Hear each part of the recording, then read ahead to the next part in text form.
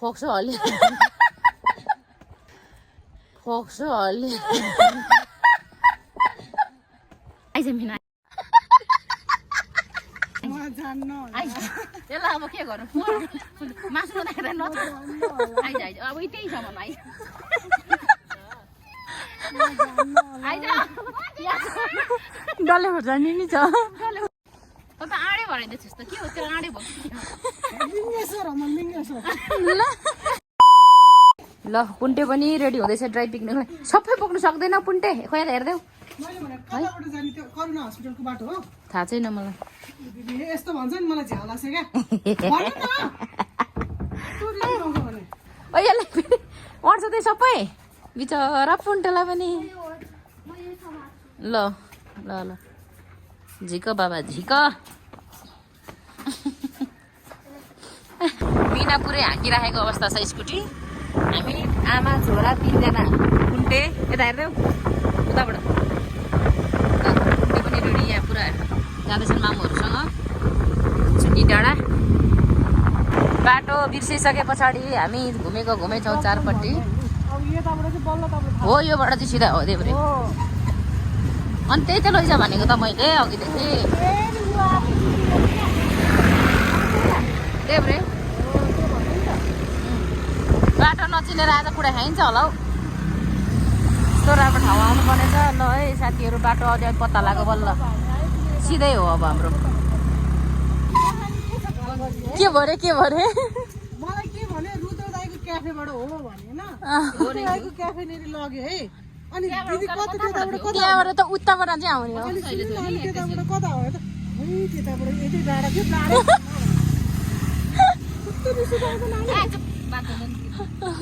मेरो छोरे यहाँनिर हाम्रो चाहिँ सामान झिकिँदैछ है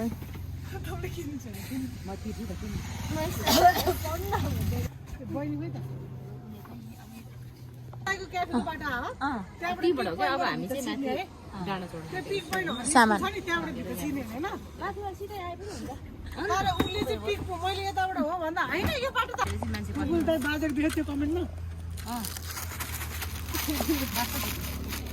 यहाँ पुरै माथि नपुगिकन चाउचा खान सुरु गरिसक्यो खासमा जिम गर्ने चाहिँ होइन क्या हामी यहाँ बाबुलाई भोक लागिसक्यो सुखा रोटी खाएको एउटा खोइ त दिदी आउनु पुग्नु भन मान्छे पर्खिँदा हामीलाई भोकाएर 1बाटै खिचौँ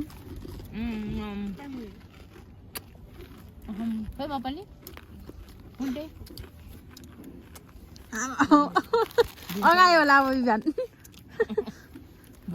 एकासले त चाउचाउ भाइ थ्याङ्क यू ल उकालो लाग्यो पानी मेरो मलाई पनि एकास खुवाइदेऊ न चौचो पुरा छोपेर राखिरहेको छ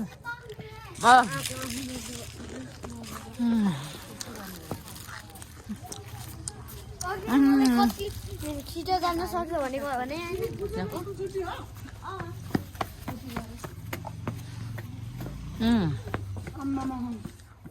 ल अरू पनि आउँदै हुनुहुन्छ साथीहरू आज यहाँ डाँडामा चाहिँ पुरै भिड हुन्छ जस्तो छ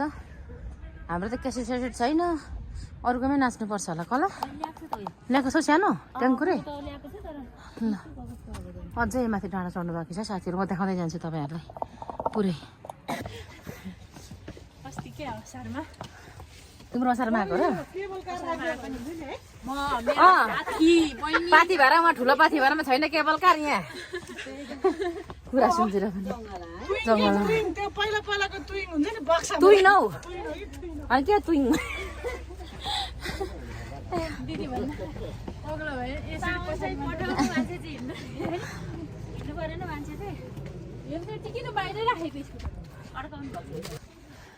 फोक्सो हल्ली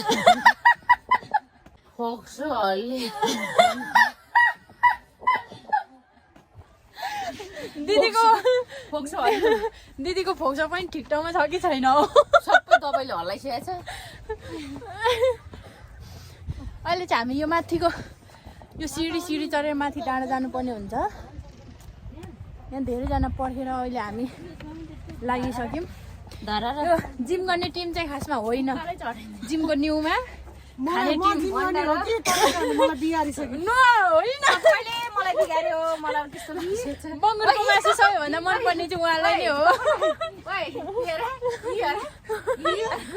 मलाई बिगार्छ भने त यस्तो सोध्दा मान्छेले पनि पत्ता लगाइदियो कसले कसलाई बिगार्दैछ हामीलाई बिग्रिने होइन यो चाहिँ धेरै अब खानेकुरामा बढ्ने हो खानकी बढ्यो पोको फलाम मात्र कति बोक्ने हालत त्यही त फलाम मैले तपाईँलाई फोन दिएँ फलाम यसले कति 100 है फलाम कति उचाल्छ मिनाले 130 कति 30 40 50 चाल्छ रातो टोपी पनि आइपुग्यो है यहाँ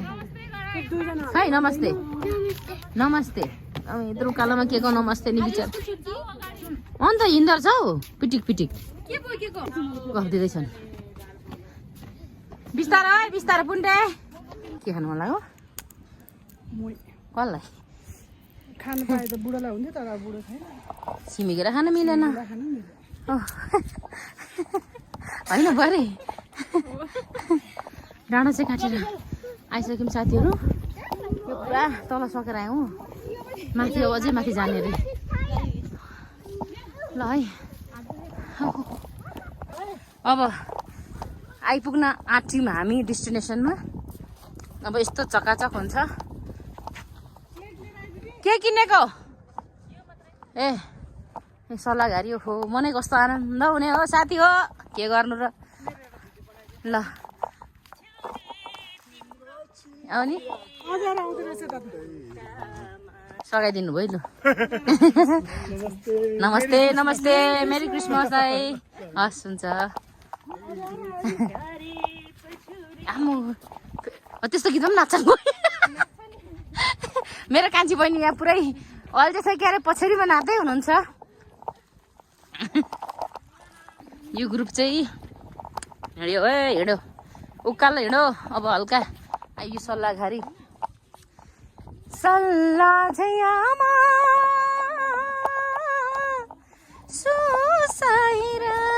सुसाइरहिन् एक्लै कोठामा अल्झेछ क्यारे पछौरे तिम्रो चियाको बोटामा चियाको बुट्टा चाहिँ छैन कान्छीले थप थप कलिलो खुट्टामा ओहो नेपालको धन जस तपाईँ आधी खुट्टामा समाउनु म टाउकोमा हुन्छु यसलाई ए यसको यो म जान्न होला यस्तो नत्र यस्तो गर्नुपर्छ पोर्क देखाउँदै यसलाई अगाडि पोर्क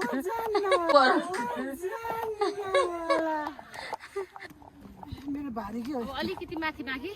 बाङ्गो धेरै माथि नजाने त आँडै भराइदिएछ त आँडै भराइदिएछ त के हो त्यो आँडै भयो लिङ्गेश्वर हो म लिङ्गेश्वर आँडै पुरै आँडै भयो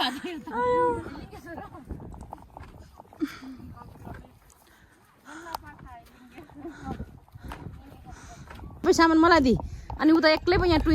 हिँड्दै गरेको आनन्दले ए आनन्द लाले छ पानी पनि बोक्छ छ नि त खानेकुराहरू के अरू भुँडी बोक्नु परेको यहाँ चाहिँ चटपटे पसलहरू पनि रहेछ खासै चटपटेको सामानहरू बोक्नु पर्दैन रहेछ साथी यी पाइहाल्दो रहेछ आइज मिना आइज यसलाई अब के गर्नु मासु बनाएर आइज आइज अब त्यही सामान आइज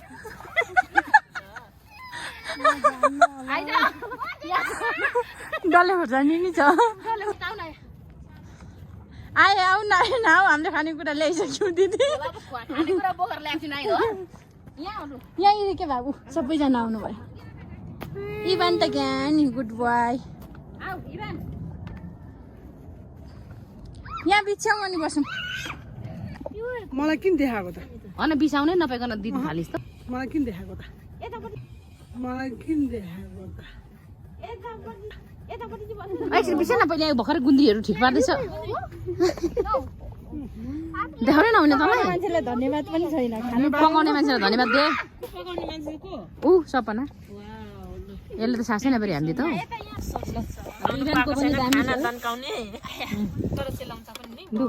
खाऊ खाऊ खाऊ खाऊ लु दामी है ल अब हामी सुरु गर्न आँटेको छौँ भोक भोक लाग्यो यत्रो डाँडा चढ्दाखेरि Picnic, okay, dude. You need some? You need a fork. Unit pork ल You need a fork or what? ल ओ म पनि छु है यो ग्रुपमा तँ मासु देखाउने नहुने खाइदिइहाल्नु पर्ने अन्त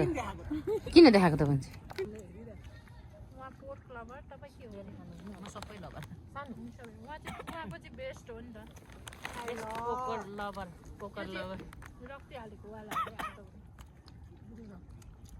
हामी चाहिँ प्रायः यसरी खान्छौँ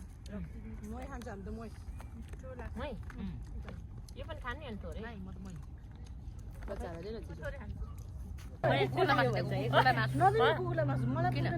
अहिले भरे त्यस्तो खाना नपाके यताउति भनेर कमेन्ट गर्ला नि कुकुरलाई माया नभएको भन्ने होइन हड्डिदियो भन्दैछ क्या हड्डी चाहिँ दियो क्या मासु त हामी खानु पर्छ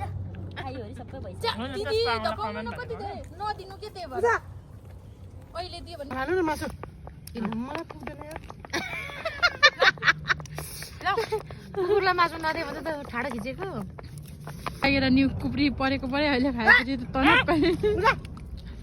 कुकुरलेसम्म हेप्ने जिन्दगी आयो हाम्रो त यसलाई त दिउँ न यो ससेस नखाने एउटाले दिए सबै आउँछ क्या उहाँ पोर्क लभर तपाईँ के हो म सबै लबर सानो हामी सबै उहाँको चाहिँ बेस्ट हो नि त खाए ल लबर पोकर लबर रक्ती हालेको वाला हो नि आजको चाहिँ हामी चाहिँ प्रायः लु है अब हाम्रो घर जाने बेला भयो जाडो पनि बेसी भयो अब चटपटेर डिप मार्दै हामी घर जानेवाला छौँ यहाँ मिना नाच्दैछ वाउ लु लु फेरि यसको डान्स आमापट्टि गइरहेको छ क्या यो त बिग्रिएको छ नि आमाले बिगारिसकेछ लु लु त्यही मात्रै स्टेप हो फेरि अरू फेरि आमा छोराको बेजोड प्रस्तुति भइरहेको छ यहाँ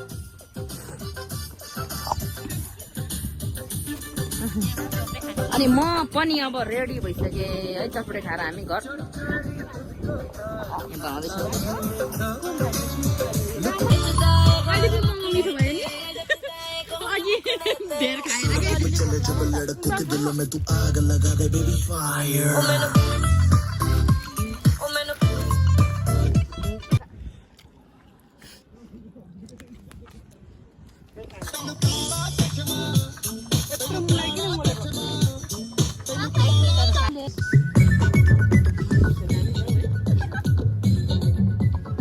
लु अब आजको हाम्रो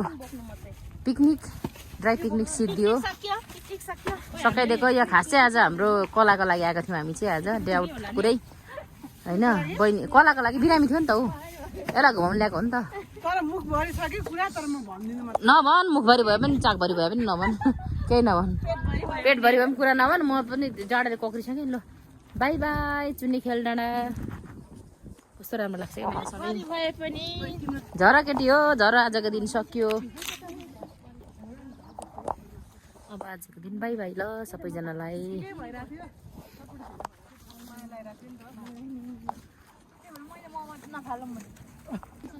केटीहरूले